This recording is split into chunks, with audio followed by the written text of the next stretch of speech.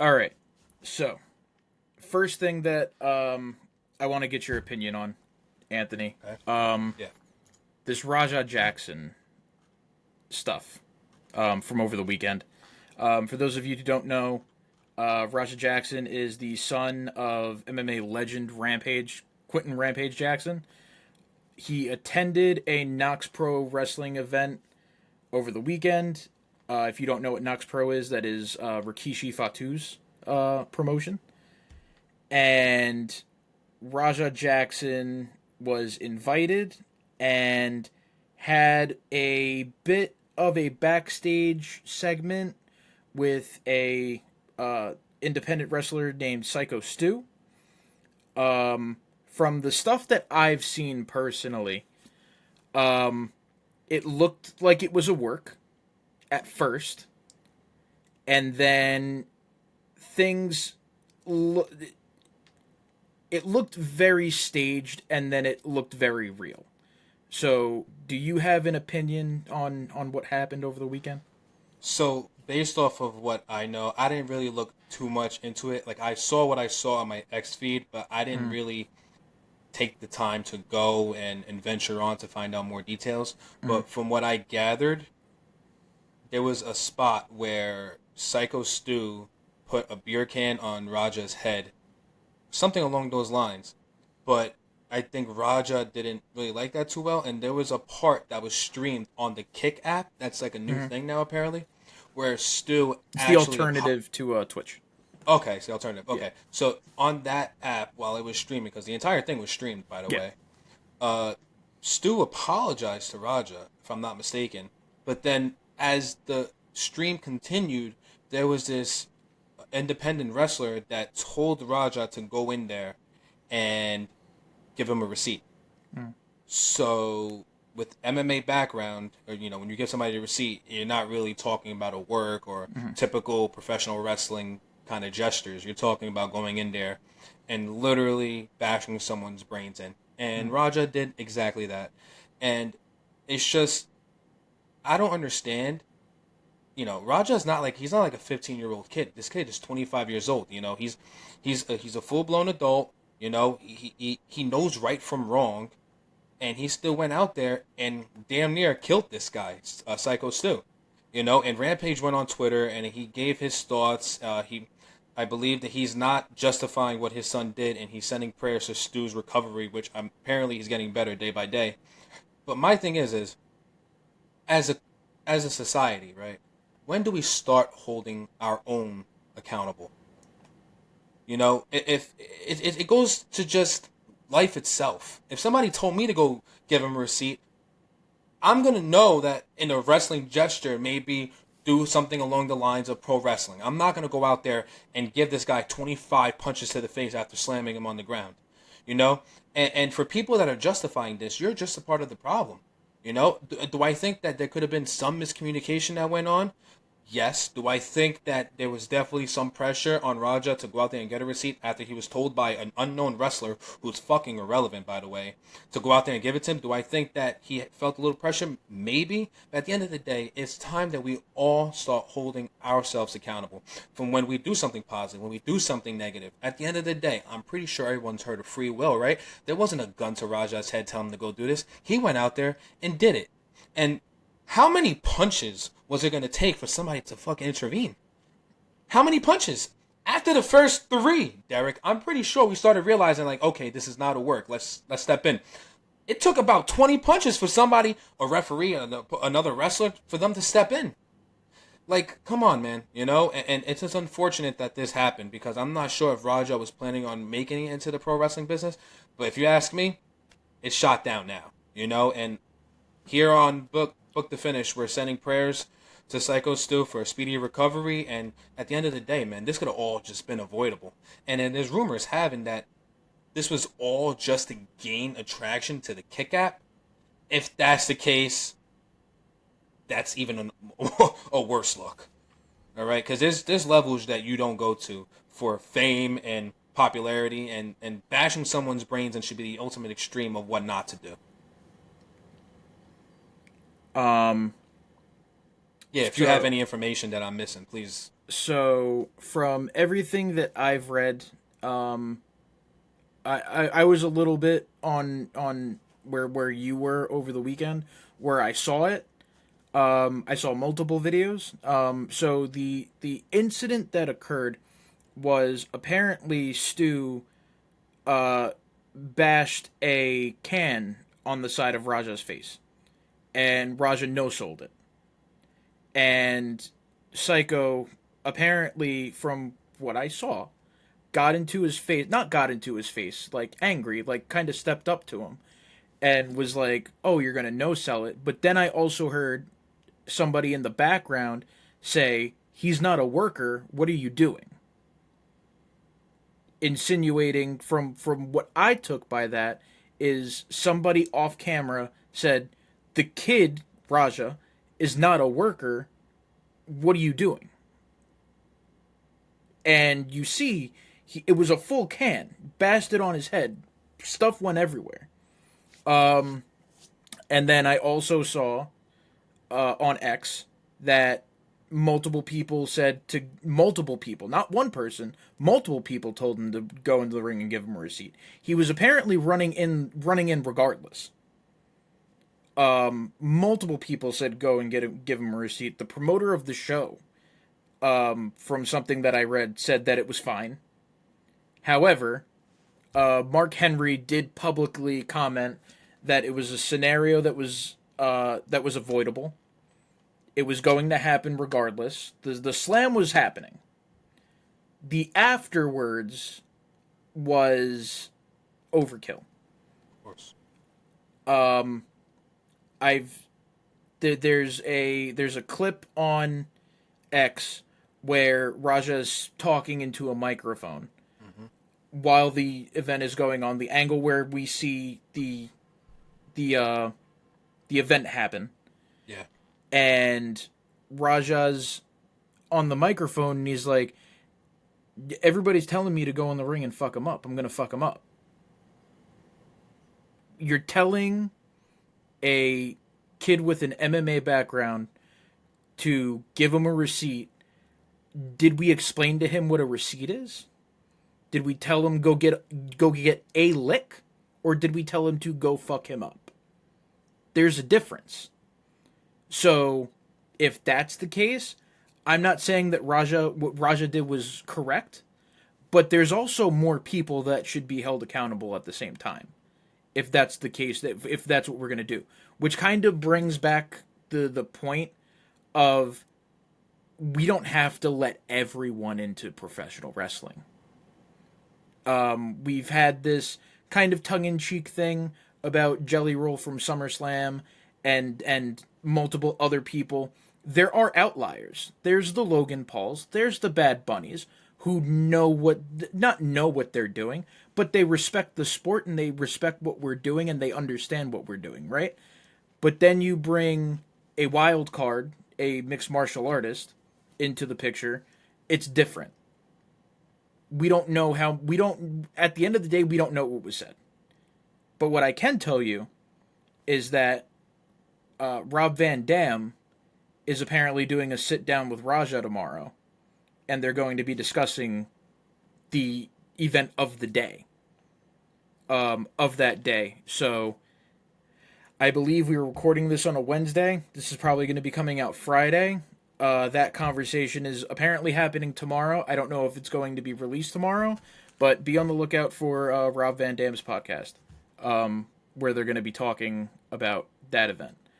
I'm going to echo what Anthony said. Prayers do go out for Psycho Stu. From what I've read, he is awake. He's doing better day by day.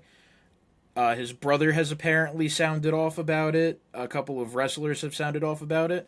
But I'm also going to add this, again, going off of what you said, Anthony. How many punches?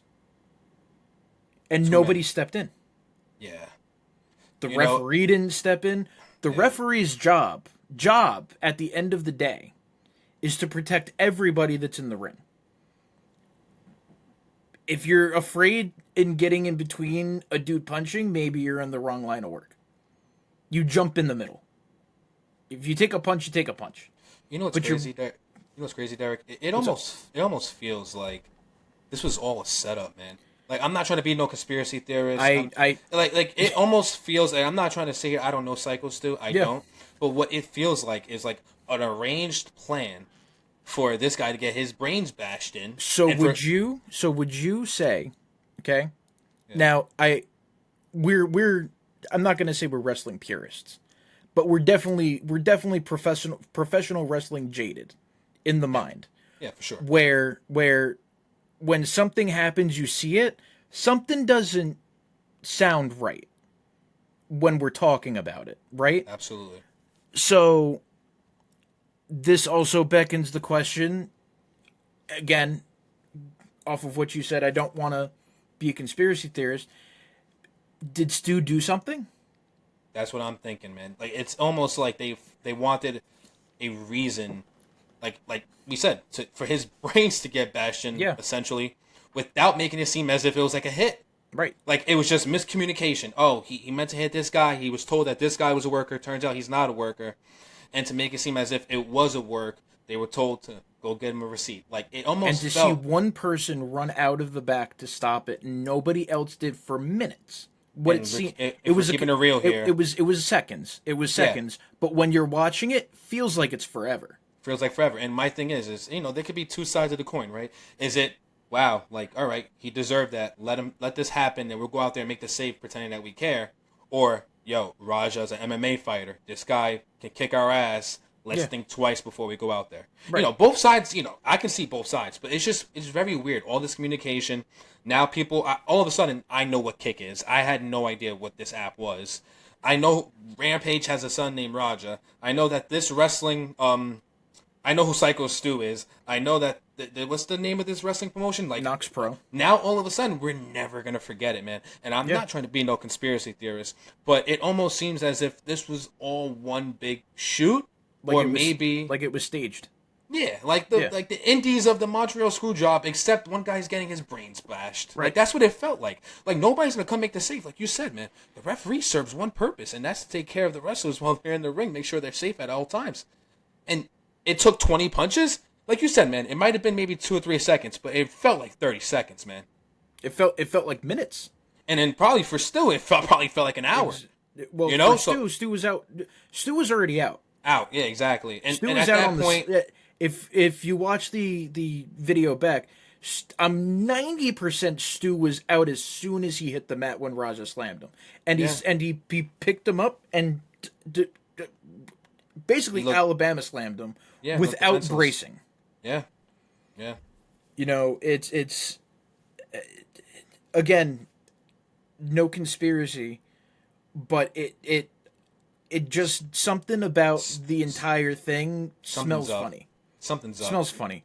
Yeah. Could have been a publicity stunt. Could have been. It could have been. It could have been something stemming from a while back. Yeah, but my thing somebody is just wanted to get it. Somebody wanted to get their licks in without them getting their licks in. Exactly. You know what I mean? That's what. Yeah, exactly. It just something.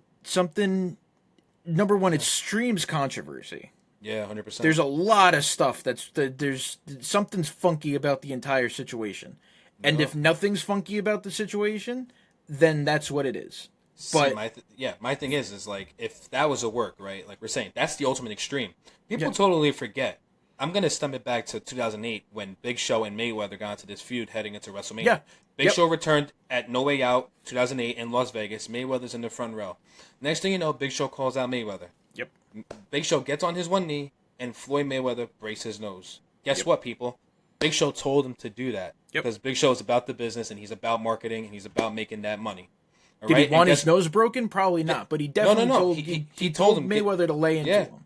He told him lay into him, right? And if he told Mayweather punch me.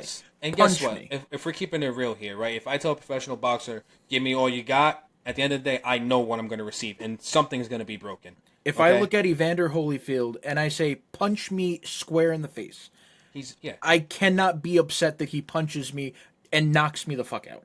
Yeah. So my thing is right, if he knocked out Stu, or Psycho Stu, all right, it's probably a work. Stu's probably about the business, about the fame, getting knocked out by Rampage's son. But Yeah. this was a whole new level, man. And so let's just, I guess we'll wait to see RVD's podcast release. Maybe we'll get some more answers. And I guess for right now, it's just all speculation. Speculation, absolutely, at this point. I'll tell you one thing though, Derek, and I know it wasn't on the agenda today, but I think I'm more intrigued about Rob Van Dam's podcast than Clash in Paris. To be honest with you, I think so. at what's been cooking up from Clash of Paris, something big has to happen, and I think we all know the big thing that's going to happen at Clash of Paris. You don't have to be a rocket scientist. We all know that the main event of John Cena and Logan Paul is going to be interrupted at the end by Brock Lesnar. That goes without saying. Yeah. But there's just this specific incident has taken the professional wrestling world over. 100%. And it's an independent promotion Yep. with no-name professional wrestlers in the zeitgeist. I'm not disrespecting indie wrestlers whatsoever, but if we're being honest, I had no idea who Psycho Stu was until Saturday when I saw this video. I believe it was Saturday. I don't even remember when I saw this video. I didn't even know. I even know Rampage had a son that's in MMA. I didn't know that I knew that he had a son, but I didn't know that his son. I know that his son is a wrestler. But I did not know that he is. I didn't know that he's a fighter. Yeah. Yeah. Just crazy stuff. So since we mentioned Clash of Paris, let's just really quickly talk about it and just get it out of the way. The most compelling match out of this entire card isn't even the Seth Rollins, Jey Uso, CM Punk, and LA Knight match at all. I'm hoping we agree on which one it is. I honestly think that it's the Cena Logan Paul match. Really? I'm gonna be completely honest with you. I know 3 matches on this card. I have the card right here. Want me to tell you Oh what it yes, is? please. And I'll be sure to give my thoughts after. Okay. All right, so we have John Cena versus Logan Paul. Okay. Which, of course, I should just get it printed on a shirt or something. Don't care. Seth Rollins versus CM Punk versus Jey Uso versus. I think that might actually be like one of our first pieces of merch. It's just it has to be. It's just a Don't shirt care. that says "Don't care." Don't care. It's either don't care or it means nothing, or just nothing. Oh, just a blank shirt. Oh, nothing. Yeah. That's great. That's the R-Truth little jibby. Yep, right. No, it's nothing. So we have the fatal 4-way for the World Heavyweight Championship, and should I even beat it to the punch? Don't care. Sheamus versus Rusev, the good old fashioned Donnybrook match. They're gonna fucking kill each other. We know that. But guess what, man? I truly don't care about this. It's like I don't even see either of these guys challenging for the IC Championship next. Like, what are they fighting for? Right? I feel like when it comes to mid-card, 2 guys that just want to kill each other, have them fight over something. I'm telling you. I think me and David are on the same page, and I think that you are really, really begging for it to not happen. I think I think they're going to become a tag team. All right. That's fine. That's what we said last week, and you said no. Sheamus and Rusev, you guys said that. Yes. Who said That's it? what we've been saying. Was it you or David? I tend to listen to you both when you of speak. us. The both. Okay.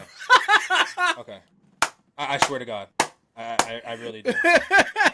When David's talking, I tend to just zone out and not. No, I single... really think that's what's going to happen. How is it going to happen? I don't know. Derek, I promise you, brother. If you said that, I would have remembered. David, if you're listening, or whenever you decide to listen, guess what, brother? When you speak and claim to know ball, I'm not listening because I can give 2 flying fucks about what you have to say, brother. The only reason that's from my heart to me is because I'm old. And that's from my heart, man. So, Sheamus versus Rusev. It's leading to a tag team match. Just do it the old-fashioned way. Best out of 7. By the way, if Andrade and Carmelo got that best out of 7, it should have led to a tag team too. But Instead, we have Melo with Miz, and it led to something else. But anyway, then we have Roman Reigns versus Bronson Reed. Don't care.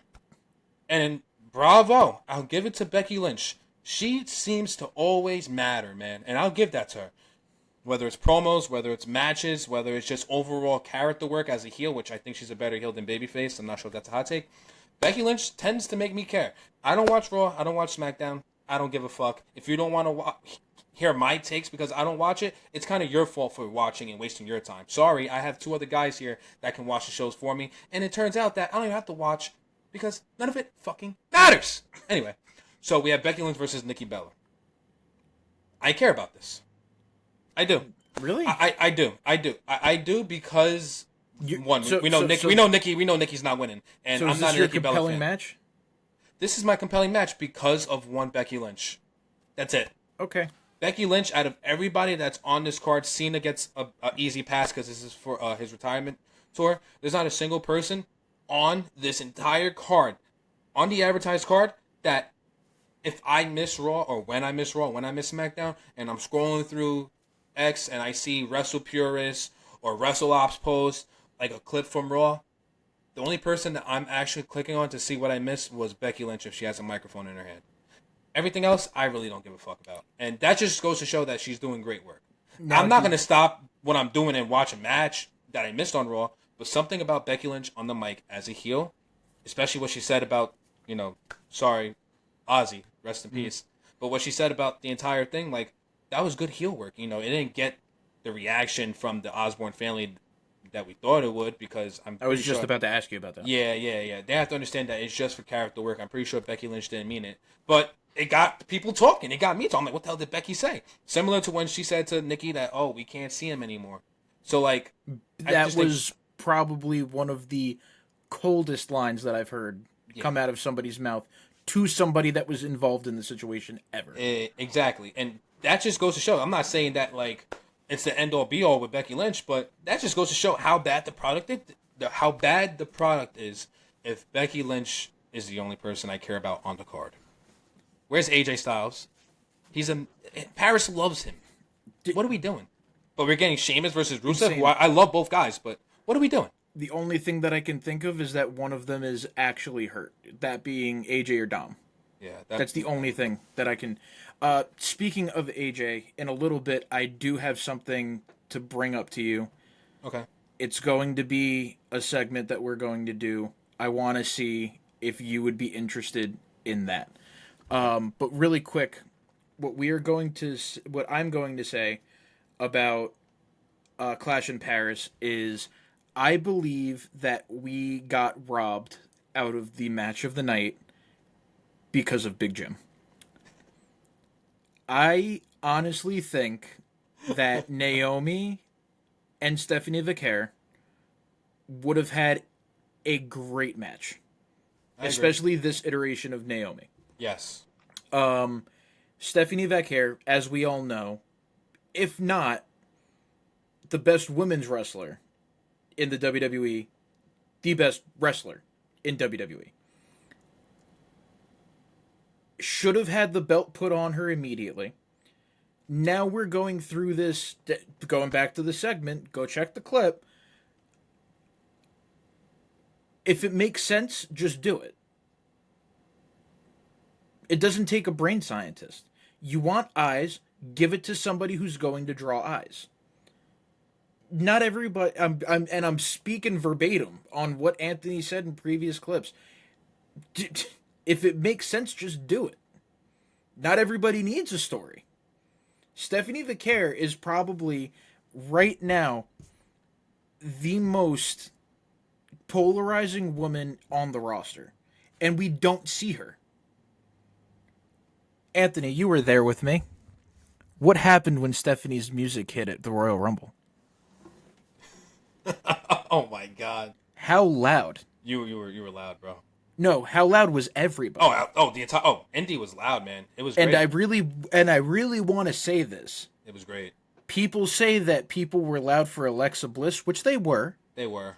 Don't get it twisted. They were. They were loud for Charlotte too.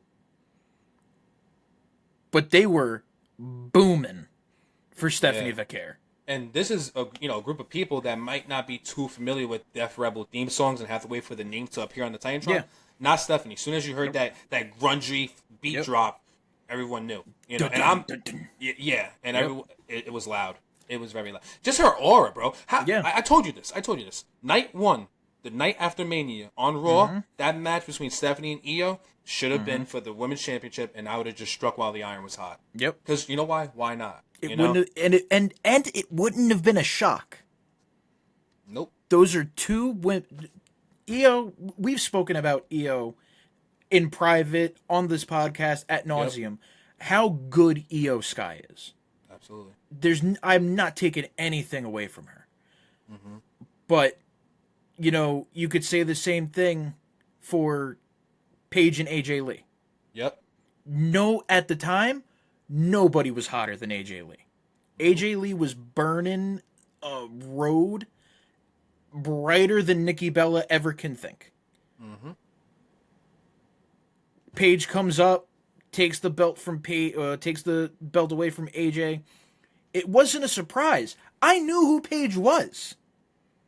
Paige wasn't a slacker back then. Stephanie Vicaire has more aura than Paige did at that time. Yeah.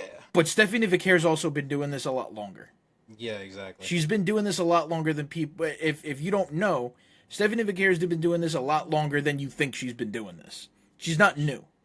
She was tearing up Mexico. She's torn up Japan. She's been around. She's not new. And exactly what Anthony said, her aura was just her aura in person is off the charts. Through the TV, she does have it, but in person, she is on another level, and she's fluid. Everything has a purpose. She doesn't waste motion. If she wastes emotion, it's because her opponent fucked up. It's not her. The matches that she had with Julia in NXT, those are Julia's best matches in WWE. But they also know each other outside of WWE. They've done this before. But the fact that we're waiting to do something with Stephanie Vicaire instead of just giving her the title, just give her the belt. Yep. So, But Derek, if you don't mind, I'm just going to sum up Clash in Paris because let's keep it real. It's going to be a great clip, okay? John Cena versus Logan Paul. Don't care. Seth Rollins versus CM Punk versus Jey Uso versus LA Knight. Fatal 4-way match for the World Heavyweight Championship. Don't care. Sheamus versus Rusev. They're going to kill each other. Guess what? Don't care. Roman Reigns versus Bronson Reed. We didn't even get to that, but guess what? Doesn't matter. Guess why? I don't care. And Becky Lynch versus Nikki Bella. As good of a job Becky Lynch is doing carrying this, as good as she's doing on the mic, in ring. Sorry. Don't care. And, of course, that's the 5. That's the big 5. Just a big There's 5. nothing else. Just the big 5, yeah. Big 5. Oh, All right. Shit. Hopefully, we can get out of this rut by talking about this next thing. AEW and New Japan had Forbidden Door over the weekend. I know generally you don't care. I'm not sure if you watched anything. I did. How much? I've watched enough to hold this conversation. Okay. So, let's start out with let's start out with Tony Storm. Tony Storm and Athena was a bar burner. I love everything that Tony Storm's doing. Yeah. Athena, Ember Moon, for those who aren't following, leaps and bounds above what she was doing in WWE. And she definitely could have been doing this in WWE. But Absolutely. the fact that at the time, when both of these women were in WWE, we had this conversation before, the overclutter. There was too many people. Too much going on. Yep. There was too much going on when you have enough time for 5 segments. Now there's about 15 segments a night, and 10 of them are Judgment Day. That's what it feels like. Just to be complete. And it's been that way for years. Judgment Day has been on... The Judgment Day has... I'm going to go on I'm gonna go. I'm gonna. This might be a hot take. I think Judgment Day has more segments than DX ever had, and I don't think I'm wrong. No. And they're on multiple shows Yo, they might have the most segments by a faction per show, ever. like ever. Yeah. Seriously, Yeah. I crazy. don't, dude. I don't even think the authority or the corporation Seriously, had that money. Yeah. yes. Wow. And the It could be argued corporation even NWO, and NWO and the had 30 members. Corporate yes, Ministry had like 15 members. it's nuts. You might have But cooked there. That might have but been a I great take. but I digress. I digress. Um, Tony Storm putting in the best work that she has ever done, and she will tell you that Hmm. she's just on another level. I don't know how much you know about the stories of AEW stories. AEW. Yeah. Yeah. Okay, so let me take. Okay, so right now, my favorite story in AEW are the Young Bucks. Ask me why. Why, Derek? Do you know what? Do you know their whole thing? Do you know their gimmick? So what I saw on X was they're trying to revert back to like who they. So, okay, explain. What's their Okay, gimmick? It's not the so EVPs anymore, right? so they had a match with Swerve and Will Ospreay, Yeah, a at all tag out. team match at All Out, where if they lost, they were no longer EVPs, which means that they no longer have any stroke in the company on TV, right? Oh, that's great. I see where this is going. So what they're doing is they're going around and they're telling people what they want, and the people are not giving it to them. So there have been multiple segments where they come out on the their entrance banners the wrong name. Like Nick is like Todd, and Matt is like Jim, and then they're telling they want pyro. There's no pyro. They want music. There's no music. So at Forbidden Door, they did a segment on Zero Hour where they went up to one of the production guys and they're like, "Hey, by the way, we want our old song back. We want our old entrance song back." I saw that. So they do that, and they also said, "We want you to fill this with as much dangerous stuff as humanly possible, and we want you to put it under the ring." For those of you who don't know the Young Bucks past, they made a career being under the ring. They also used to have merch that said the Young Bucks, and then you flip the shirt up and it says are under the ring. Killing the business, dude. Killing the business. So during the Lights Out match, the main event, they came out and it was their first theme song ever with their old nicknames. Mr. Instant Replay. They had an EVP thing that was crossed out. Funny stuff. And then the stuff that was under the ring was basically a sock full of gummy bears. If you don't That's know the lore with the gummy bears and the Young Bucks, there was a match, I believe it was in Pro Wrestling Guerrilla, where Nick goes and gets a sock that he thinks are filled with thumbtacks, and he pours it out, and they're gummy bears. And they kind of spun that, and they said that the most dangerous weapon in professional wrestling are gummy gummy bears. bears. So it was a little callback to that. I like that.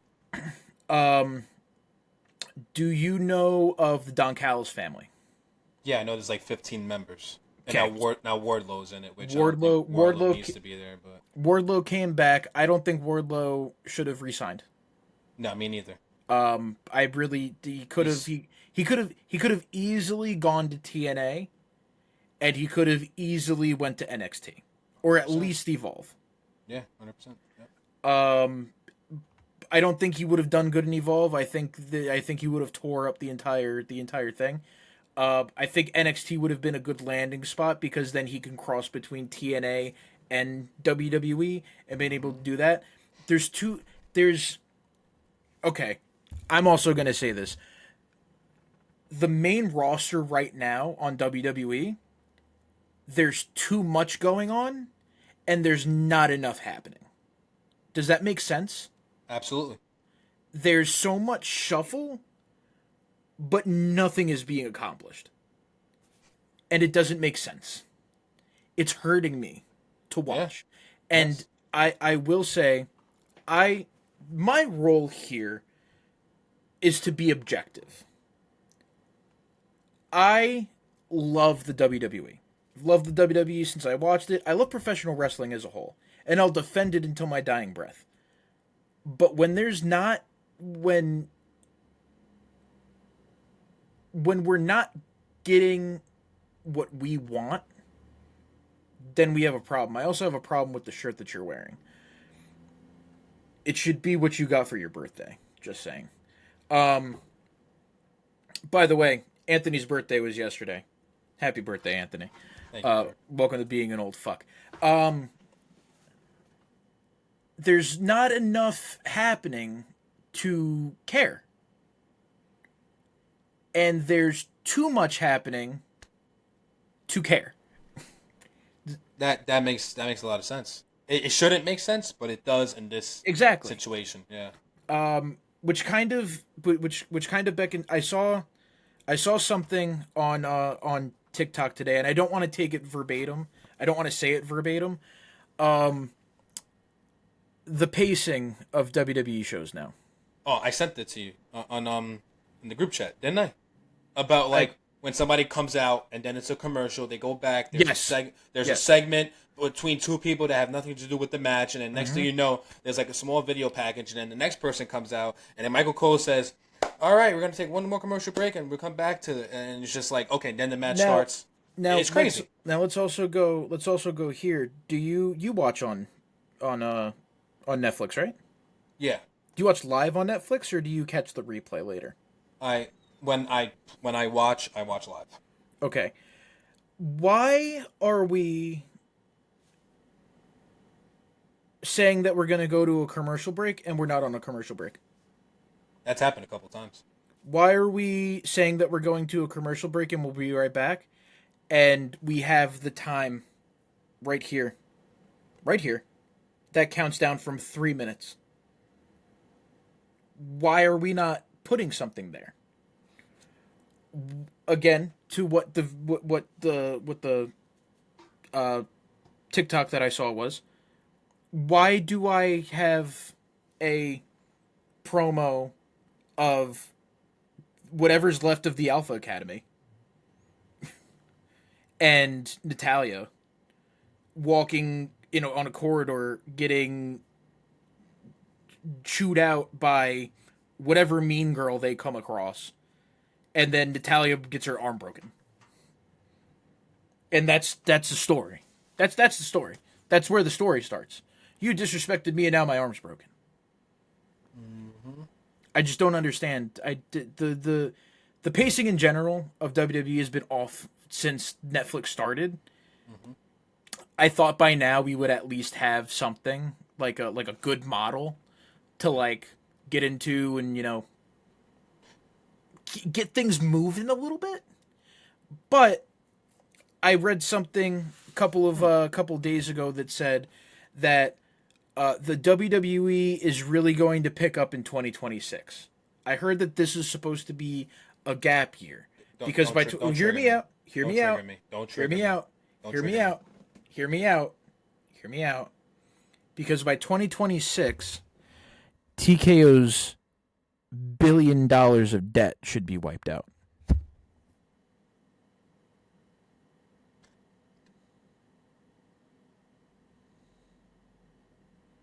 Hear me out. Will you be able to find info to find out if Vince sold to TKO knowing that they had that much debt? I'm pretty sure that occurred in the cell. Vince always said it. If there's anyone that's going to kill his business, it's going to be him. And he sold to TKO knowing this information. And And guess what? If we're keeping it real, right now WWE is at an all-time like 2019 bad of like when it comes to quality of television on a weekly basis. yeah, It's unfortunate they're not losing the money, so technically they're still winning because they're making more money than they ever had before. hmm But I've said this on previous episodes, Derek. They are slowly going to lose the diehard fan, and once they realize that the diehard fan is where the money's truly at, it's going to be a long game. I don't think they're going to see that effect or that loss in income or revenue right away. You know, it's going to be a slow death. I strongly feel this way. We're the ones that are truly. Listen. I kid you not. Right before we got on air right now, I was counting how many wrestling shirts I have. I have a whopping 45. There are people out there that probably have way more than me. Don't of get course. me wrong. I'm not trying to say that I have like the biggest collection of them all. I don't but have I a huge guarantee collection at all. I guarantee you a typical casual probably has those 1 to 2 shirts that they wear whenever there's a wrestling event in their city. Yeah, Okay? We are the ones that are going to be putting the money on the shop. We're the ones that are going to be spending all this money on tickets. These Netflix stars that buy these front row tickets for $3,000 and all these casuals that all of a sudden like wrestling, that has a clear glass ceiling, man. And that's not going to get you to where you want to be. It's us that you need to cater to. It's us. We're the ones that are going to be making. Listen, it's like a domino effect, man. People watch our podcast like, oh shit, this guy's back at wrestling? Okay, let's watch. It could be as something as simple as our Mount Rushmores that got released. People were like, oh shit, like this guy's still wrestling. Let me watch. And next thing you know, you just gained another viewer because it took 2 or 3 diehard wrestling fans to make a weekly podcast for people to find out. And then they're going to see that we know what the fuck we're talking about. We are the ones that made this company a billion-dollar company.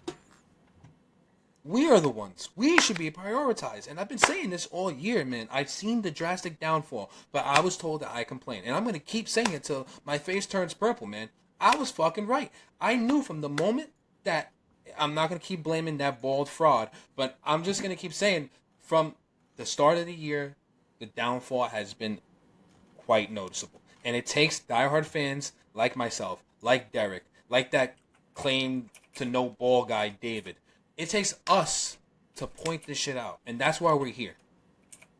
The fact that they're saying that 2025 is a year off, so they will recover in time to get out of that. You said $1 billion debt?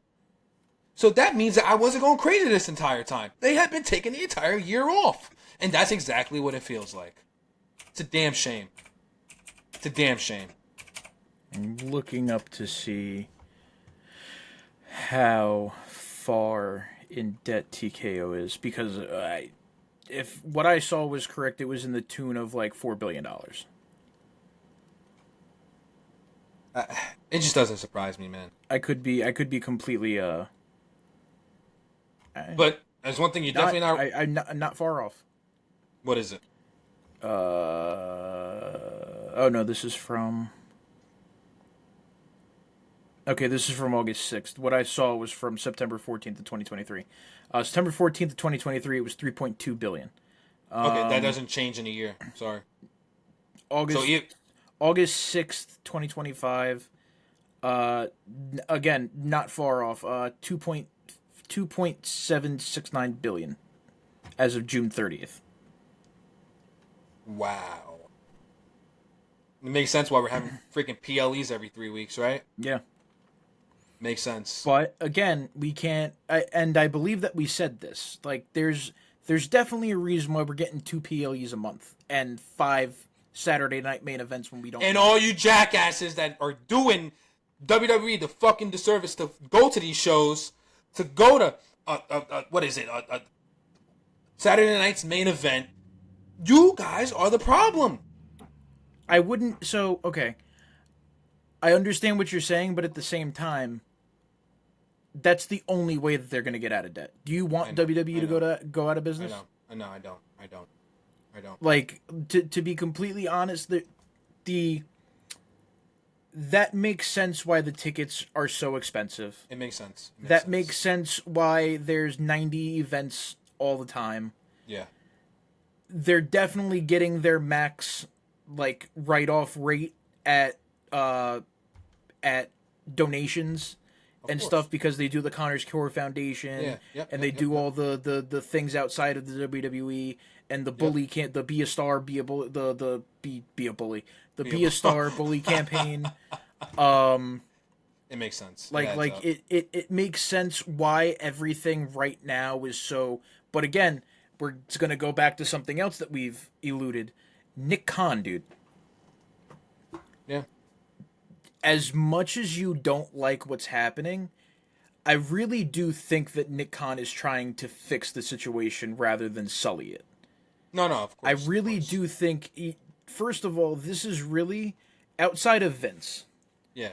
this is the first real businessman Yeah. who's trying to do. Is he doing something on screen? No. He's No. behind the scenes. Exactly. He's trying to get he's trying to get us down to zero. He's trying to get us liquid. Mm-hmm. And if everything that's being cut, every all of our favorite superstars that have been let go, there's a Yep. reason. Mm-hmm. And I just don't think a lot of I'm gonna call them smart marks Yeah. are IWC constituents really grasp that in order to fix something, sometimes you gotta break it in order to fix it. Of course. And I think that's a lot of the time. I think that's where we get stuck. Us being wrestling fans, I think that's where we get stuck because we want it to be good all the time. It's really hard to do good all the time. But it's one thing to take a couple of months off, but to basically take a whole year off, man. How But much I do you also think you that could they take? said this before. I think that there was. I think that I think we saw reports of this like back like last fall that they were planning on 2026 being a rather slow year. But again, this kind of goes into something else that I wanted to talk about with you. Actually, not something that I want to talk about. I kind of want to play a game. Sounds good. What do you got? So, I want to do kind of a mock draft with you. Where I want you to look at the WWE roster. Don't look it up. Just from your head. Right? I want you to take 10 people that you would build this company if it was on the ground. If you were starting tomorrow, if you were booking a show, if you were booking a brand, if you were the general manager of Raw, say that we'll give you the A show. If you were booking Raw, who would the 10 people be that you would build your brand around? I'm gonna need some time for that. You want it off the dome? Off the dome. Oh shoot. Okay. You don't got to go into specifics. Just give me 10 people that Main you would roster or build around. NXT too? Everybody. WWE wide open. Okay. Like it or not, Seth Rollins is on there. As he should be, honestly. I'm gonna have to put Roman. You have to. Roman Reigns. That's two. Braun Breaker. I'm putting Drew McIntyre, and I don't give a fuck what you say. All right, that's four. This is your this is your brand, dude. Yeah. I'm gonna have to put Oba Femi. I might have to put Oba. That's five. You want to talk about Aura? Yeah. I might be. Damn, you caught me by surprise with this one. Cody Rhodes. This is wrestlers. This isn't male female. Oh shit. Okay. How many is that? 6? It's 6. You got 6 men.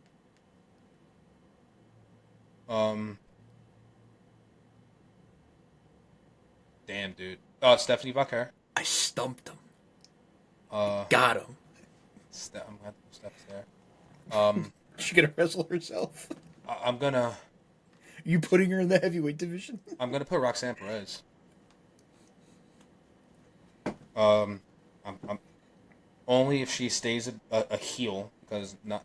And under my WWE, she's never a babyface. I'm putting Tiffany Stratton.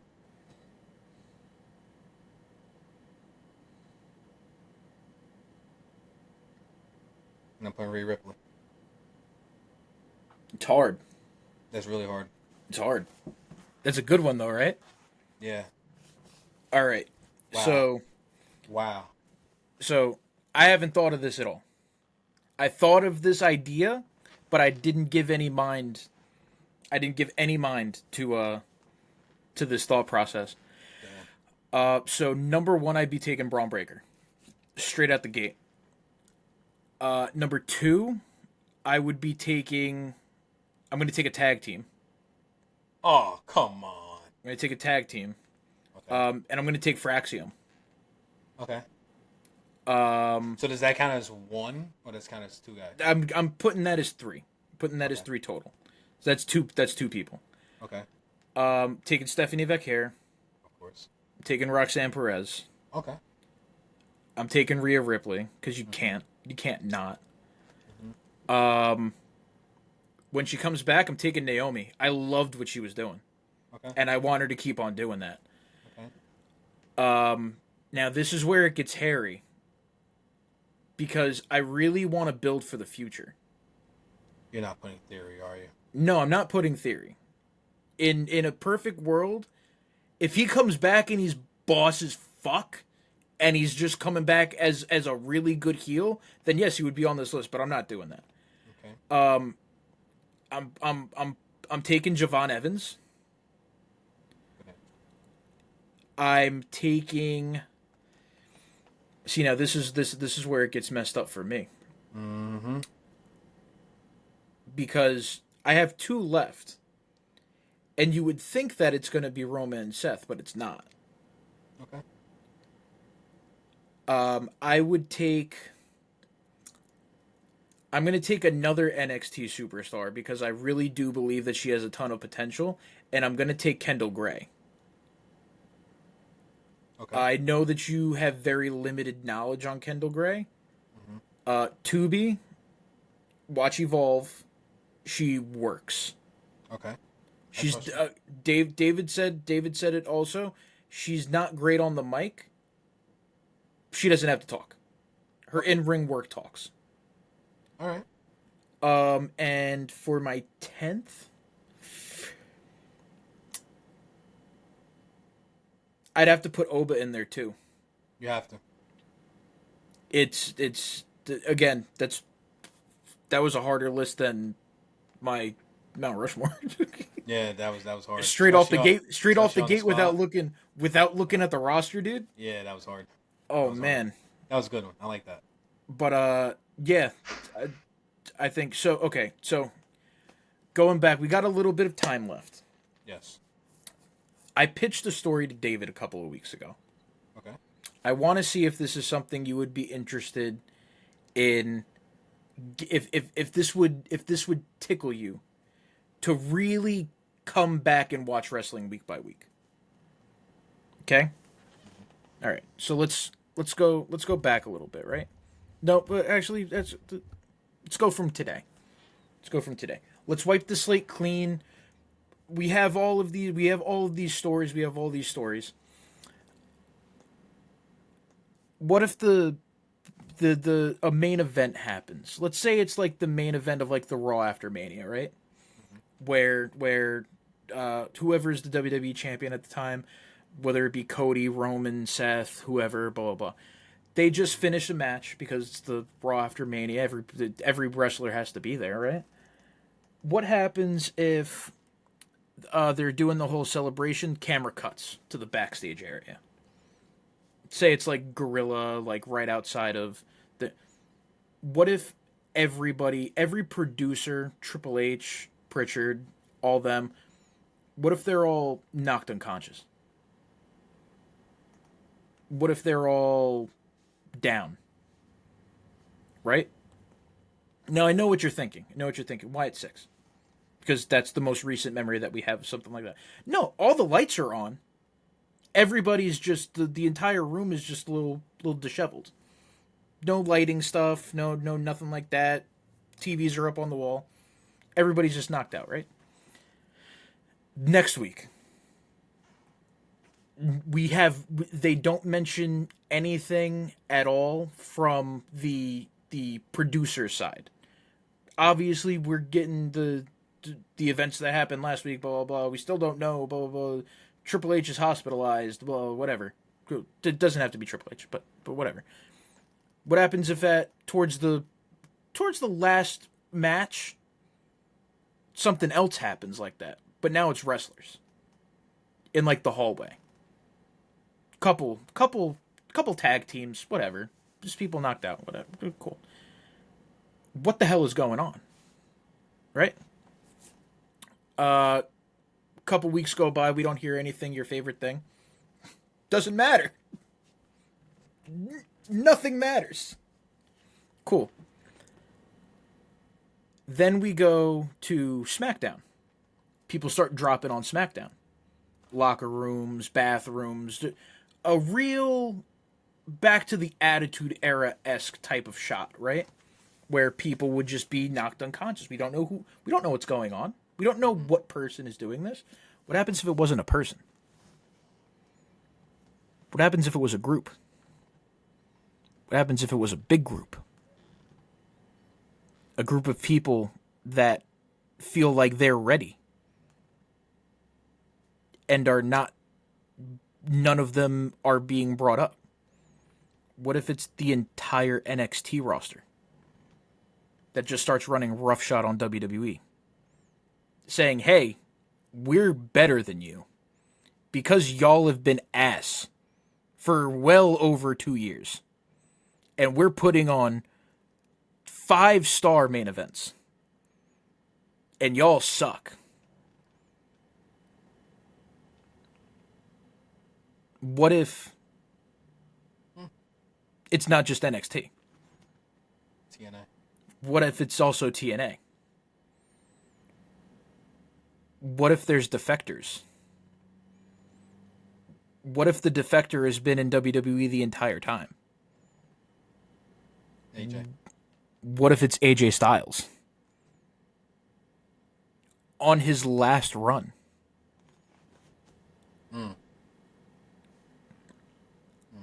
NXT, TNA versus WWE, old school invasion style. Arguably my favorite iteration of that really weird spot between Attitude Era and Ruthless Aggression. What really kept it going after Vince bought WCW and put the competition out of business? I would love that. Because that would give War Games a reasoning. Exactly. Give War Games a reasoning. We could get another... Winner takes all. Dude, I'm sorry. I'm open to it. Invasion is one of my favorite pay-per-views of all time. You might have to do just a solo on justifying the entire Invasion angle. You might have to. How do you have an Invasion angle without the heavy hitters? It was. You don't. But here's the thing, right? I like the idea. Dude, at the time, dude. Now, I really the Invasion angle. At first, there were no heavy hitters. There really weren't big names on it. You had Rhino, you had Raven, you had you had Sean Stasiak, you had Palumbo and O'Hare, who I'm not gonna say that Palumbo and O'Hare were not big dudes. They were giants among people. DDP Canyon. No, not DDP. DDP wasn't there yet. DDP didn't debut until he did that whole thing with the Undertaker. Take his wife. Yeah, that was in the summer of. That was after Invasion. That was after. No, it wasn't because he was on the Invasion team. I think Invasion was like no, not for the Invasion pay-per-view. He was on the Invasion team at Survivor Series. No, he wasn't. I'm 95% sure. The Survivor Series 2001 team. It was fact check myself now. It was Stone Cold, Kurt Angle, Shane McMahon, Booker T, and Rob Van Dam. That was the WCW side. That was the Invasion side. DDP was on the Invasion team on Invasion, because the Invasion team was DDP, the Dudley Boys, Rhino, and Booker T. Dude, I don't know how I remember. I just trust me. Just trust me, bro. Is your autism really autisming?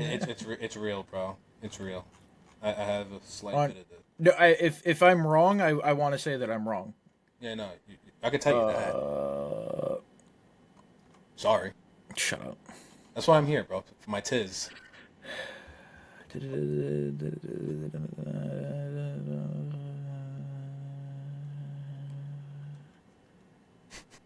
Team Alliance. It was Stone Cold, Kurt Stone Angle, Cold, Robin, Kurt and Angle. Booker T, and Shane McMahon.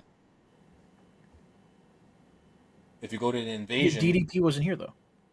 I know that because he wasn't on the Invasion team. He was on the Invasion team in the pay-per-view when Austin turned. It was DDP, Rhino, Booker T, and the Dudley Boys. I just looked at Survivor Series. Okay. Inaugural Invasion pay-per-view inaugural. Calling the Rock. DDP WWE debut. You know, if you just look up the Invasion pay-per-view on Wikipedia, it will show you WWF Invasion. Where are the matches? Go to main event. DDP was on the team with Rhino. Oh, yes, he was. You're right. You're right. The Dudley Boys and Booker T. You're right. That's why I'm here. It's because of the tiz, bro. Right. But they're not the heavy hitters, man. I digress. The heavy hitters were the NWO, Goldberg, Yes. and Sting. Who none of them came. None of them were there. But Until Vince injected a shot of poison into the WWE. But dude, I really like the idea. AJ going out trying to take over, like that's awesome. But here's the thing. We don't know that AJ is like that until that first match, Austin style turn. I like where he does essentially what Finn did to the UE. Yeah. In NXT, essentially. Could do the actual thing because it's the same move. It's the same Pele kick. It's the same Pele kick. Yeah, I like dude. the idea. I like it. But I've been thinking of that for so long because something needs to happen. Something big needs to happen. Shock value. In order for the diehards to come back. Now, at the time, the whole invasion angle in WWF in between 2001 to 2002 was it kept the ball rolling. It gave a story to essentially a one show business. Yeah. Because when WCW goes out of business, WWF's the only thing. This is early 2000s. There's nobody on TV. It's just wrestling WWF. There's no TNA. ECW gets bought out. There's no alternative. Unless you're going to an independent show, which also at the time, not that many anymore. There's nothing. There's nothing to watch. You're watching one brand of wrestling, and that's WWE. And Vince had the need. And Vince felt the need to give you what you want. Exactly. And Vince had the wherewithal to notice that at the time that if we're the only game in town, we have to create competition. So what does he do? He created his own competition. He bought out every company that was on TV, put it into a storyline, ran it for a year, and then when that storyline ended, what did he do? He created more competition. He split both brands. He brought back Eric Bischoff. And they ran two different they ran two different shows. Yeah. And they ran them as individuals. Mm-hmm. There was no storyline that was happening on Raw that was happening on SmackDown. Each brand had their own identity. I missed that. Raw was and always will be the A show. No matter what is going on, no matter who, Raw is on Netflix. Okay, Raw's on Netflix. SmackDown is not, unless you're outside of the U.S. Period. Raw was built as the A show. Everything big that happened on Raw was because they were the A show. SmackDown had a hell of a run in that 2002, 2003, 2004. Just you had Brock, you had Kurt. That's all you had Brock, you had Kurt, you had Taker. And The Rock. All at the same time. Yep. You didn't need anybody else. Mm-hmm. Where on Raw, you had Eric Bischoff running the show, had the idea for the Elimination Chamber. The Elimination Chamber was the brainchild of Raw. Raw Roulette. That was great. Stupid stuff, but it was entertaining as shit. We could use that right now. We could use a Raw Roulette. Dude, the stupidest pay-per-view, Cyber Sunday. Taboo Tuesday. The dumbest stuff, but it was all for interaction. It was all... The stuff was happening regardless. You sent in a text message, you didn't vote. Those weren't votes. They just got the numbers and put it on whatever match that they wanted to put on. It doesn't matter. If you wanted it to matter that much, everybody would have picked you wanted your guy to be on it. It would have been Brock Lesnar versus Zach Gowen every week. You want your feel-good stories. But all of this to say, something drastic needs to happen in order to get wrestling talked about again. I know what they say everybody says the exact same thing. You watch every podcast, you watch every interview with a professional wrestler on whatever TV spot that they're on. Everybody always says it. There's no better time to be a professional wrestling fan. I argue that. There's plenty of things to do other than being a professional wrestling fan right now. Am I jaded? Yes. Am I upset? Yes. My guy's gone. My guy could have been used in 55 different angles, and they would have been fire. My other guy is on TV not doing anything really either. And it upsets me. Why are we bringing people back if we're not using? Mm-hmm. Why are we bringing people back? Why are we bringing the people who had good stories that were let go? Why are we bringing them back and still not doing anything with them? Yep. The whole Dark Father thing that Aleister Black was doing back in 2020 was great. Yep. And we're bringing him back to face our truth. I don't have a problem with truth. I don't have a problem with Ron Killings. But why are we doing that? Why aren't we putting him in a storyline for the Intercontinental Championship? Or the U.S. Championship? Why aren't we trying to get people over that hump? Why aren't we trying... The professional wrestling is very, very simple. If you're not in it for glory, you're in the wrong business. Everybody wants their shot. Should Fraxium have won the tag team titles, their first tag team title match? Absolutely. I believe that with every fiber of my being. Was putting them on the Wyatts a nice thing to do? Of course. Gacy and Loomis are great together. They're phenomenal together. And guess what? They don't need to be in this group. I don't think they need to be in this group. They don't need to be in this group to succeed. Does it help them to be in this group to succeed? Absolutely. And I'm not saying that it doesn't. But I believe that if they were a team outside and they were still psychos, it would work.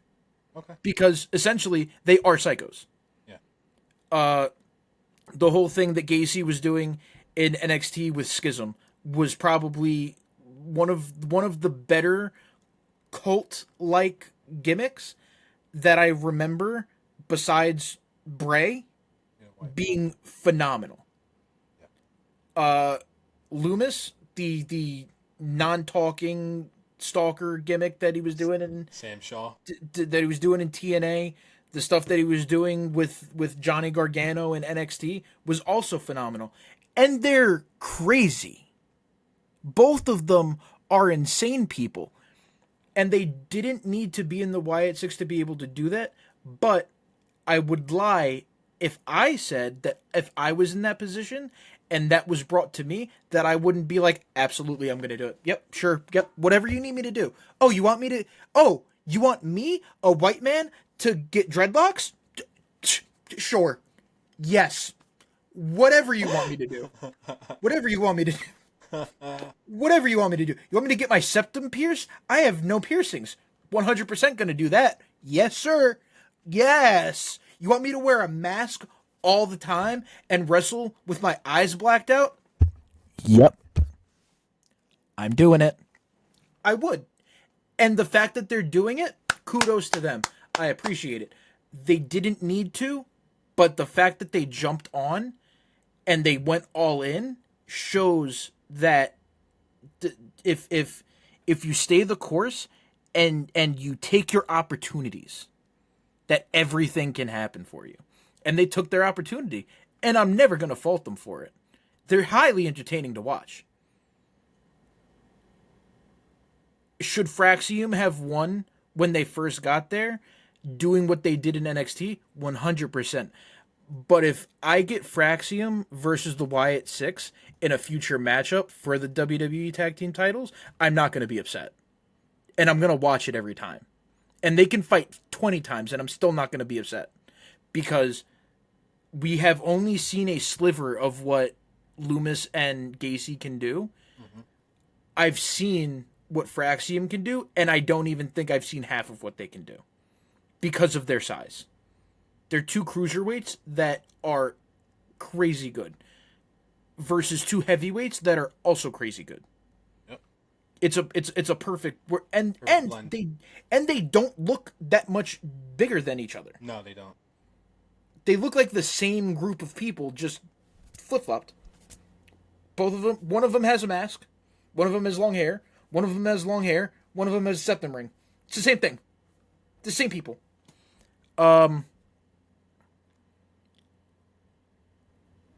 Let's see. What else do I got for you? Is there anything that you wanted to say? You let me talk for minutes there. Yeah, man. You guys let me do it every time. So, yeah, I'm good, bro. It's when you said that, like, and this is definitely random, but when you said it's all about taking the opportunity, I need you to do this. Sure, no problem. When you need it done by, gotcha. Mm-hmm. You know who does that week in, week out, and she actually has a great quote. If I have to lose every time I'm booked, so what? Chelsea Green. As long as I'm getting booked. Chelsea Green. It's time that she gets what she deserves. Chelsea fucking Green, dude. And that's a world title. I will say, I'm going to say, and this might also be a hot take, in the pantheon of great women performers, I think Chelsea Green is up there. Yeah. I think at the end, when it's all said and done, I think Chelsea Green would go up on my women's Mount Rushmore. All time. Yeah. And she up there and you know who she would be up there with? Candice? She'd no. Of all time women's wrestlers. Okay. She'd be right up there with Chyna. She'd be right up there with, and she would not look out of place. She'd be right up there with Moolah. Mm-hmm. She'd be right up there with Wendy Richter. Mm-hmm. She'd be up there with a lot of greats because whenever she's on TV, she's entertaining. Yep. Whenever she's on TV, whenever she's wrestling, she's a good worker. Mm-hmm. She's always down. Mm-hmm. If the Penta Chelsea Green match was not a precursor to what she's willing to do, and mind you, you can go back and you can watch the interview that she did on another podcast. Whatever podcast she's on, it always gets referenced. She didn't want to do any of that, but she said it's what they wanted to do. I said, okay, if I'm on TV, I'm on TV. I don't care. If you get on TV, you do whatever you got to do. Yep. if somebody looked at me tomorrow and said, "Yo, they need extras down at WWE for a squash match between you and And Braun Breaker. no, they need somebody to go down to the Rock in Newark, and Oba Femi's debuting tomorrow. They need a squash match for Oba Femi."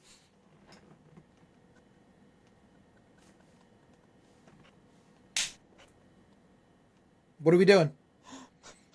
Is he No, this has to happen. am I This am I has to getting happen. am I getting chopped? Am I they need a squash match for a returning Gunther? I'm in. He wants to chop me 5 times? Make it 10. I'm in.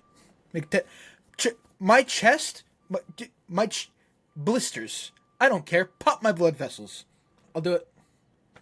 If it gets me in, if I'm on TV. How much you paying me? $5? Perfect. Great. I don't care. Whatever. Now this needs to happen because now I can see it. Dude. And they'll give you some bland like jersey name. I'll be the hometown man. I don't care.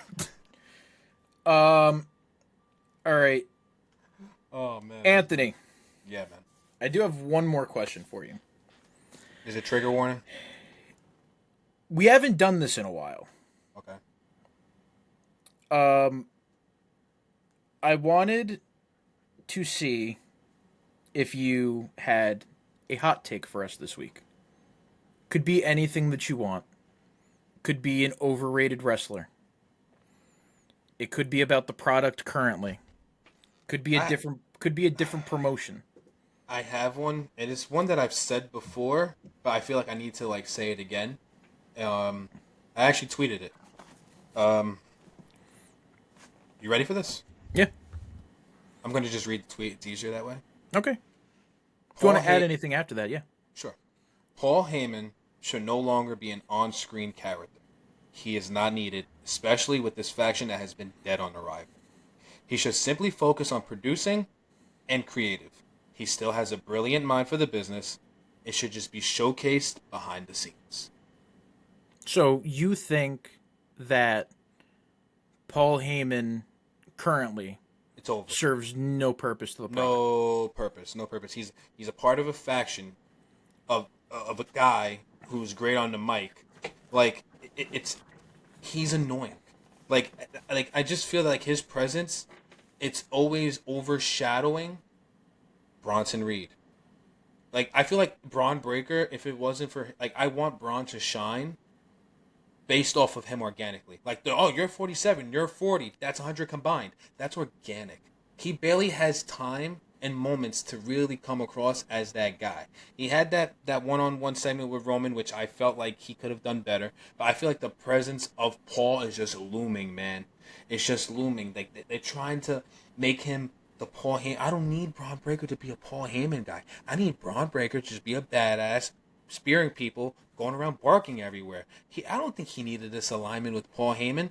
I don't think Bronson Reed either. When was Bronson Reed like must-see television? When he was giving Seth Rollins 50 tsunamis, and when he joined the new bloodline, I think he fit perfectly with that new bloodline. When he was doing that stuff with with when he Solo, was doing that stuff with Braun Strowman.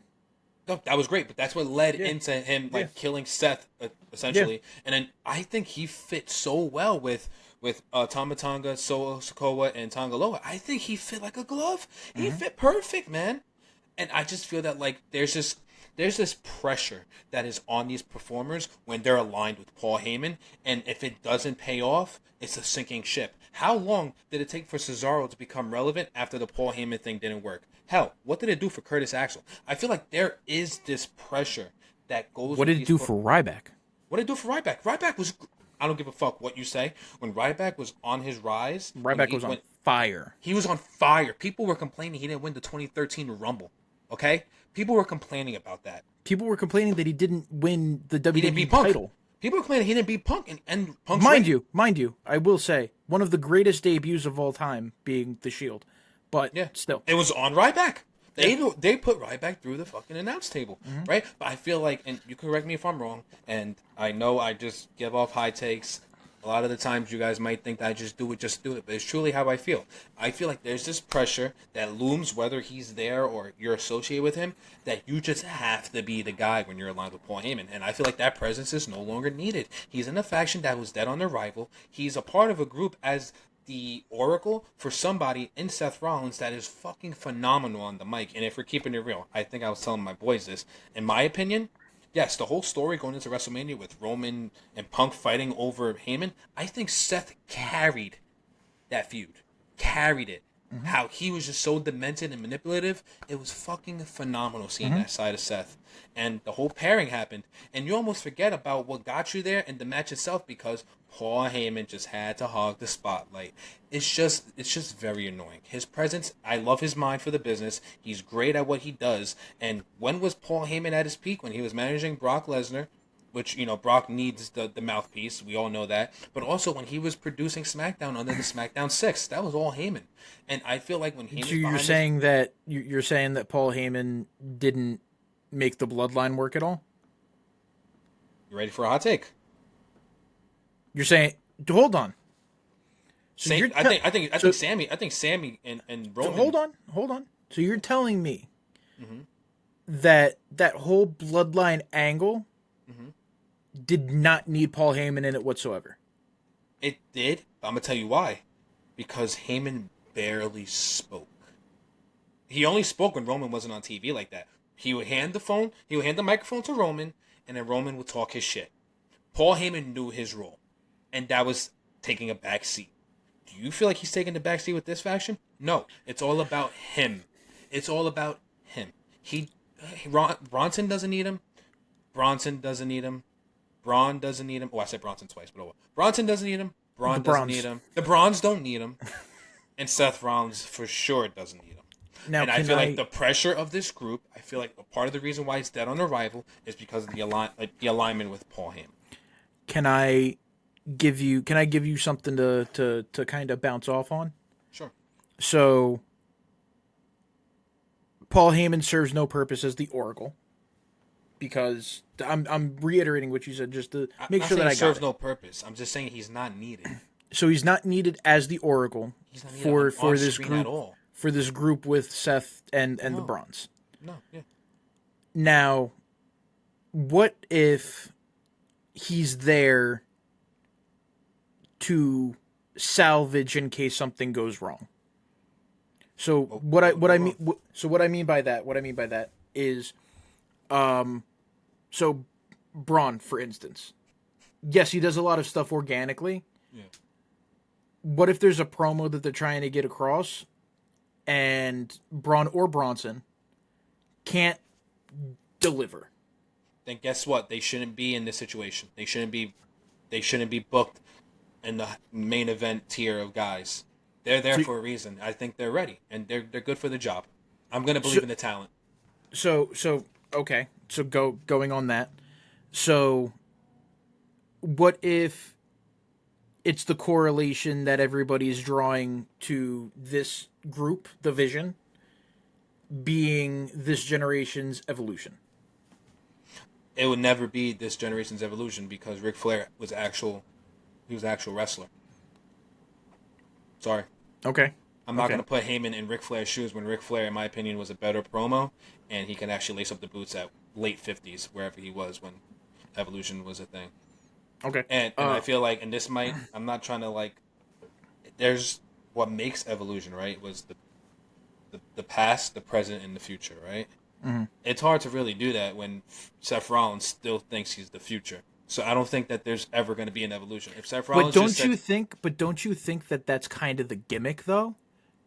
And I think that's what makes them. I know it's the Vision because they're going towards the future, but you're trying to make it don't you think what I mean by that is I think that Seth still thinking that he's the future is part of the gimmick, and that's going to make Braun turn. I get it.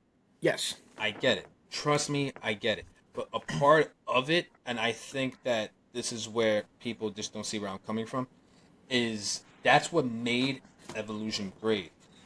It was the idea of knowing that you're he's not even claiming he's the champion, he still calls himself the future. How about you call yourself the present? Live today. that's what made Evolution great was Triple H manipulating Batista, right? I mean, it's Mm-hmm. hard to really talk about Evolution because they had the whole Randy Orton thing, which should have never Mm-hmm. happened to begin with. At the time, it did, but that What do you mean by happened. that? I don't think Orton. I don't think Orton was ready. Oh, okay, yeah, Yeah, yeah, okay, yeah, we're yeah, in yeah, agreement on that. Okay, yeah, yeah, yeah, yeah. but I So also think I think that also it fed the helped. story. Yeah, Yeah, no, it definitely did. It definitely yeah. did. But I'm not sure if this is a hot take, but I think they could have done without Orton actually pulling the trigger on Orton. So quickly, Not so quickly, or but it happening ever. like So okay. So I'll I think let let what I'm let trying me to go ahead, go ahead. let me kind of I'm gonna try to kind of lead you into it a little bit because I think that you have a lot to say. Yeah. I want to see if what I say can kind of get it flowing a little bit better. So from what I'm understanding, is the whole Randy winning against Chris Benoit. Mm-hmm. You don't think that that was the specific time to pull the trigger. You feel like it could have happened later, possibly, maybe 6 months later, which would have elongated Evolution's story a little bit. No, no, no, no, no. What I'm saying is Orton. So what it felt like, this is my opinion. What it felt like was Orton won at a SummerSlam. He had a month as the champion, and it was like, okay, he's not a good baby face. We got to take the title off of him. When in reality, it was never going to work. What I would have done was still had Orton win, and then have like this thing where it's just like, hey, I would have done what Triple H did with Orton, which was great. That was a great heel turn. But I would have did something similar as to like when Bobby Roode turned on James Storm. Had Triple H be like, hey man, listen, if it wasn't for me, you would have never been here. Give me a title match tomorrow. I would have had Orton had a one day reign. I would have just had it be a shock value rather than an experiment, knowing was going to go wrong. I just thought of this. Would you have been on board if Orton won the championship, Yeah. right? Mm-hmm. Evolution continues. Okay. And what if they did Triple H winning the Royal Rumble that year? And No. then having Triple H turn on Randy when he's going to sign the SmackDown contract. No, because the reason why I'm going to say that is because Batista versus Triple H leading up to WrestleMania 21 is my all-time favorite storyline. So I can't even see an alternate. But my thing is I think that it didn't happen. The only aspect of that Evolution storyline that didn't happen organically was Orton winning. It was almost like this is the guy, and it went wrong. I would have still had them pull the trigger, but in a shock value kind of thing, and it had Triple H win the next night. Like it So almost have felt. so It almost felt legitimately like have Batista. It almost felt like Batista was never meant for this. so having Orton, Orton was meant for. That's what it felt like. It No, felt I like Orton. understand. I It felt understand. like Orton was the guy. It didn't work out, and they had to go to Plan B. That's what it felt like. Like, oh shit, Okay. this guy's been he's been a champion for a month already. He's still not getting reactions. He's really bad on the mic as a babyface. Well, I We think got, all of us kind of understood when even when Randy was out with the shoulder. mm-hmm, I think we all kind of got it that he was a better heel than he was a babyface because he wasn't getting babyface reactions. I mean, he was because of Stacy Keibler, mm-hmm, but when he turned on Stacy Keibler officially yeah, was where we all got the gist.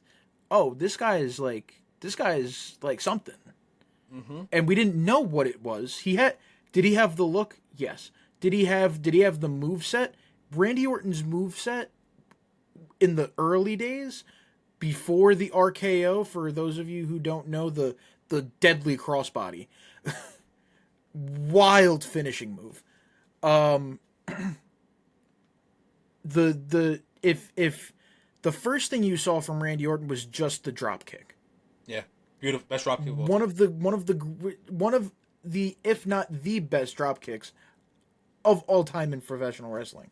Mm-hmm, His heel work was so natural from day one yeah, that you couldn't. Should he have been a career heel? Absolutely. mm-hmm, He could still be running a heel right now and been completely fine. He could have been a heel. He could have turned babyface to do a tag team run with somebody and then turn on his tag team partner. That is the only way that Randy Orton would. That's how Randy Orton operated for years. He was bad guy, bad guy, bad guy, bad guy, kind of good guy, turns on heel. Bad guy, bad guy, bad kind of good guy, turns on heel. Now, speaking of Randy Orton, I'm sorry that I'm getting off track with the Evolution stuff. Did you see the Riddle podcast? I don't pay attention to him, man. He's a lost cause, bro. So did you see that there was a situation where Riddle was actually going to turn on Randy, Yeah, I saw that. I heard. and Riddle was going to be a heel, and Randy was going to be the babyface? I don't know what. I don't know why, but I feel like that could have worked. Of course it would have. And I feel like the turn was going. I feel like there was going to be a turn happening, whether it be whoever did it And Randy got was but that's the only way RK Bro was going to break up, because RK Bro was a great tag team too. Yeah. Again, a story that made it into a tag team. It wasn't just Riddle wasn't doing anything and Orton wasn't doing anything. Hey, let's make them a tag team. There's a difference, people. I feel like somebody else on this podcast would disagree with you. Yeah, but back to the tape. Yeah, right? back to yeah. So I feel like I understand that they have that evolution kind of thing, and then Seth saying that he's the vision, that he's the future, he's the future, he's the future. When meanwhile we have two guys that are the future. But my thing is there's no Orton in that group, right? I think there's a clear guy that's meant to stand out, and then there's a clear guy that I think has that mid-card ceiling. I love Bronson Reed, but I don't see him headlining a WrestleMania challenging for a championship like Braun Breaker. I feel like Evolution, all four guys, like besides obviously Flair and Triple H. Triple H was main event at the time. Flair was always the main event his entire career. I think Orton and Batista, I think we all saw both. It was just a matter of who first. So I'm gonna compare. Sure. All right, we're gonna go. We're gonna kind of attitude era, kind of ruthless aggression era with this comparison. I would compare Bronson Reed to a Big Show, where I do feel like he's going to get a WWE Championship run. I feel like he's going to get a main title run, but it's going to be after this cycle of champions holding the belt for a year, which I think is also which I think is also hurting the product. Yes. I think the year-long title reigns are a detriment to professional wrestling. It goes back to what I said a little bit earlier. We got too much going on with too little happening. Yeah. Cody's been the WWE champion since SummerSlam. Where you at? I'm praying that they pull the trigger, bro. Praying. Where you at, though? Yeah. We got Seth doing the cash in. What are we doing? We're doing this Fatal 4-Way. But back in the Attitude Era, dude, the WWE Championship storyline was split between 10 people. You had 10 people that all made cases for being WWE champion, and they all got it. Switched every pay-per-view almost. And if it didn't switch every pay-per-view, there was Triple H, Reign of Terror, going against everybody on Raw, on pay-per-views, on SmackDown. WWE Championship. When was the last time the WWE Championship was contested on SmackDown or Raw? Not the World Heavyweight Championship, because that's the B title. The WWE Championship is the main belt. Although it is on the B show. The thought of Cody even defending the title on free television doesn't even sit right. It's crazy. Sad. You don't need the big marquee every time to get us interested in wrestling. We want to be shocked. We want to be surprised. We want to be swerved. We want to be every wrestling term for worked you could ever. We want to be worked. We want to be worked so bad, but we've been given this minutia of the same shit constantly, and we're tired of it. That's ultimately what we're here talking about. That's why this podcast exists.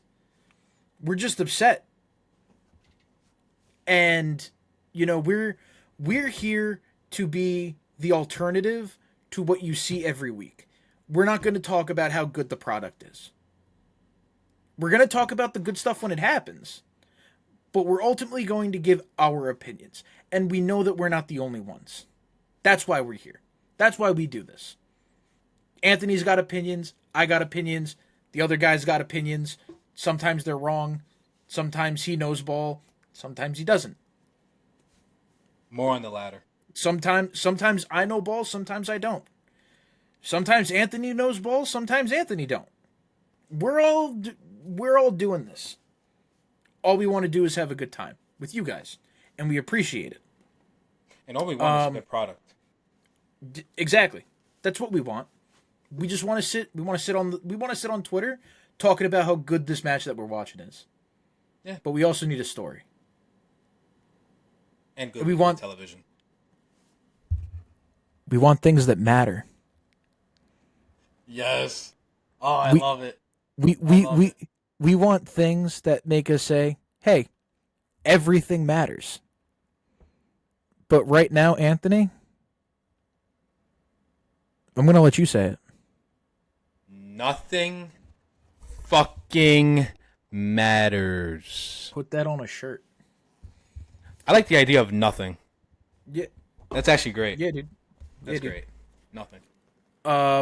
As we're winding down, we're going to wind down. I'm going to ask you one question. Yeah. Let me find it really quick cuz I'm dumb. All right, I'm going to give you a wrestling term. You're going to give me the first wrestler that pops into your mind. All right? Some of them are going to be very straightforward. Okay. Some of them might have. Is this all time or just today, like modern? The first thing that pops into your head. Okay, fine, sure. So just to give you preface, we're gonna do a very easy one. Okay. Okay. There's only two right answers. Okay. Screwjob. Brett. Okay. Heel. Edge. Face. Cody. Boss. Vince. Ooh. Not what I thought you were gonna say. The GOAT. Kurt Angle. One more time. Kurt Angle. All right. Story. Bloodline.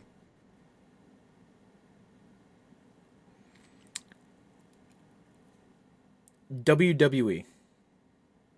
John Cena. That's a good one. That's a good one. And that's just a testament to how much he's done in this business. Now I'm going to give you a wrestler, and you're going to say the first thing that comes to your mind. Oh boy. I'm going to give you names, and you're going to give me the first thing that comes to your mind. Is it only one word, or it has to be like it could be like a saying, or First thing that comes to your head. First thing that comes to your head. Okay. Dwayne Johnson. Fraud. CM Punk.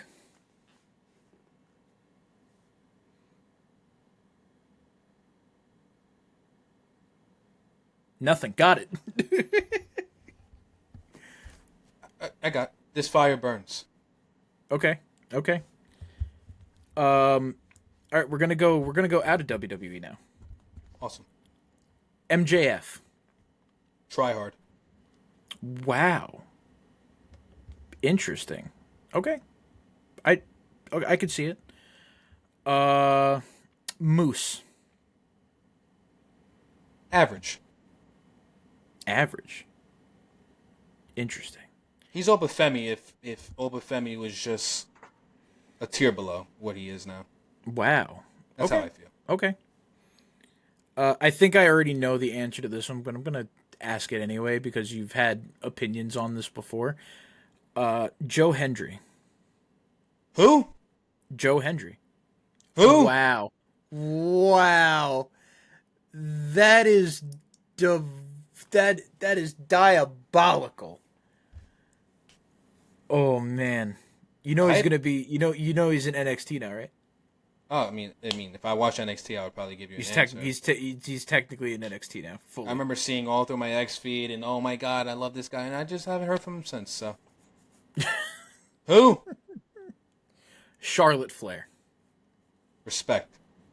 Okay. Let's go back out of WWE really quick. Well, maybe not for long. Chris Jericho. All time. He's an all timer for me. Mercedes Moné. Sasha Banks. Oh, brings me to my next one. Sasha Banks. Greatest female wrestler to ever lace the boots. Okay. Tony Storm.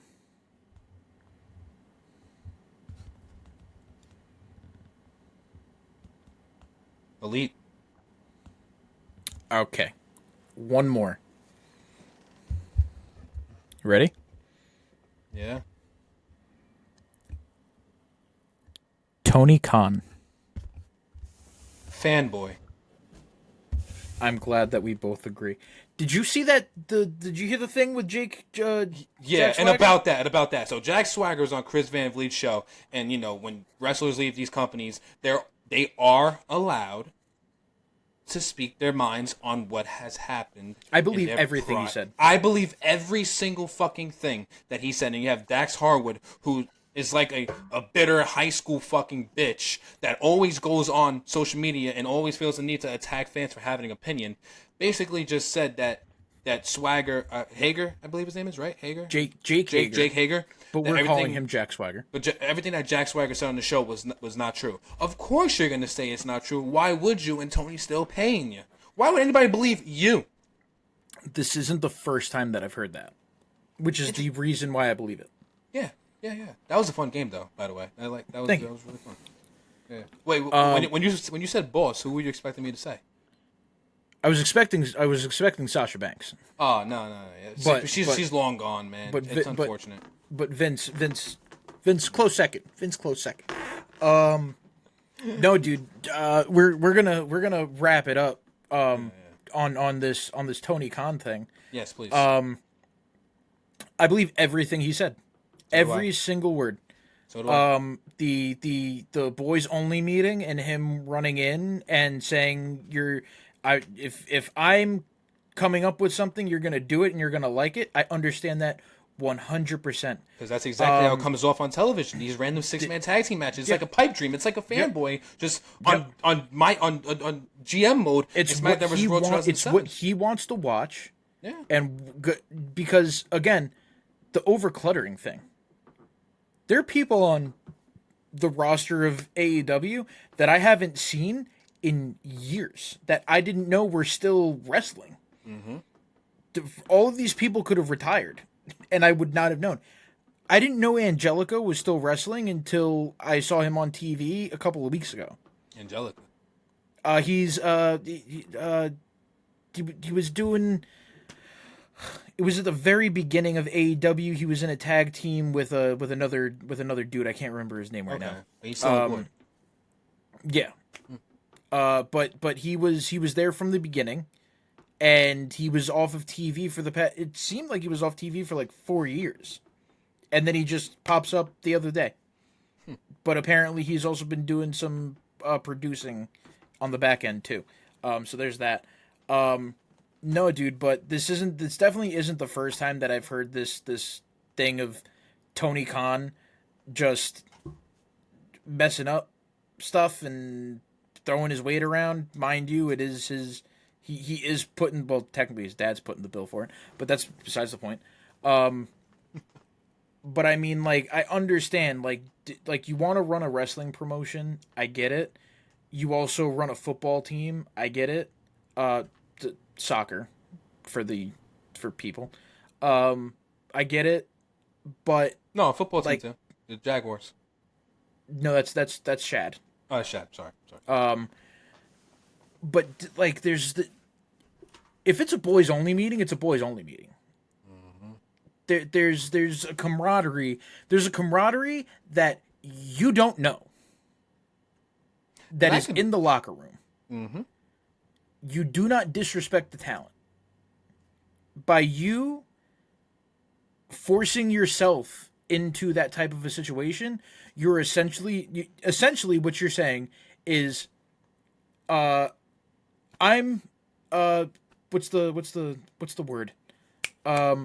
For people that drive big trucks with the trucks lifted with big tires, what's the word? Insecure. Insecure. I'm insecure with how I'm viewed. So I'm going to tell you exactly what to do to make myself feel better. That's what you're doing, essentially. Mm-hmm. And it shows, because a lot of people look like they don't want to be there. A lot of people are left off of events that are talented. A lot of people... Now, this is crazy, Anthony. AEW does have stories. Are they long stories? Some of them are. A lot of them are short stories. The amount of people that are on programs that are not televised AEW shows, that are doing stuff outside of the main AEW shows, are so good, but nobody sees them. Nobody sees Ring of Honor. Athena just had a year-long title reign as the Ring of Honor Women's Champion. Phenomenal. She was the forever Women's Champion. That was her story. She went up against everybody. Nobody could beat her. A year, undefeated. Phenomenal. It was a good story. Did you hear about it? No. Because it's not televised. There's so much stuff. There's so much good. But we're throwing our weight around. With that being said, if we do end up putting this on YouTube, thank you guys for watching us talk for 2 hours. We did this 2 hours without David. And it was much better. Yeah, 100%, man. When we reached that hour point with David, I'm like, oh, I want to shoot my fucking. We initially did say that we were just going to do this for an hour, but I think when we talk like human beings and actually enjoy our conversations, who would ever thought that it could surpass an hour? Right? But also, before we get out of here, I still have the Invasion match card up. Hey, Anthony. Yeah. Do you know how long the runtime for Invasion was? I'm gonna guess. Is it by like you give me like the hour and minute, or is it just by total minutes? Just give me like the total amount of time that it was. I'm gonna guess 4 hours and 20 minutes. Invasion was about a 3.5 hour card. Okay. You know how many matches were on it? 11. 11. You know what the longest match was? Main event. 51 minutes? 29. 30 minutes. Wow. Do you know what the second longest match was? And the match of the night? In my opinion. Wasn't it Edge versus Christian? No, it was Rob Van Dam versus Jeff Hardy. Jeff Hardy. Yeah. That was a 12-minute match. That was the second longest match of the night. Wow. 11 matches. In 3 hours and 30 minutes. Why do we get 5? And the show's still going on for 2.5 hours. We're not good enough for more matches. It's crazy. It's wild. Insane. All these championships, but we have to just limit it down to 5 matches a card. Yep. What can you do? Because apparently nobody can sit around for a 2-minute and 50-second match between Earl Hebner and Nick Patrick and not be entertained. Yeah, seriously. That was the second match of the night for me, honestly. I just want to see Nick Patrick get messed up so bad. All right. Anywho, thank you guys for viewing. I'm Derek. That's Anthony. This has been Book the Finish. We will see you guys next week. Nothing matters. Nothing.